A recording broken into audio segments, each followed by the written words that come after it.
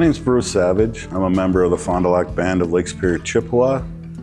My company is Spirit Lake Native Farms. We're located at 1032 Spirit Lake Road. That's where the name of our farm comes from. My name is Tawny Savage. I'm the co-owner of Spirit Lake Native Farms.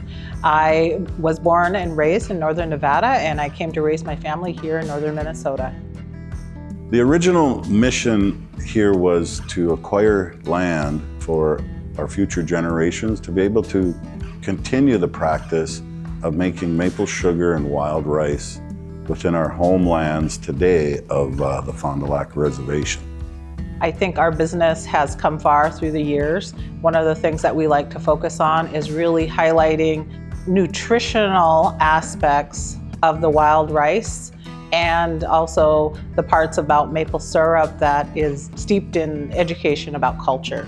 When we go out and talk to community about maple syrup products, we educate them about the nutritional value, the cultural aspects of collecting maple sap, and even talk a little bit about, the work that goes into it so that they understand the value of the syrup and the value of the product is enormous because there's a lot of effort that goes into making just 1 gallon of syrup.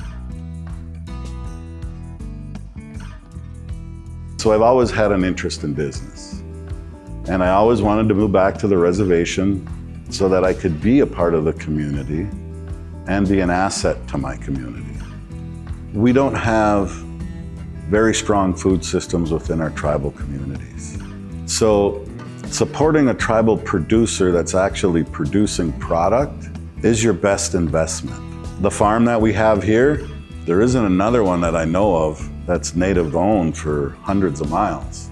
But at least it gives our communities the opportunity to learn about these venues and to be able to produce food within our own communities. Is it easy? Absolutely not. Can everyone afford it? Absolutely not. Land is the biggest barrier.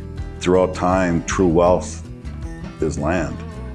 I think as a native food producer, you're always having to educate people.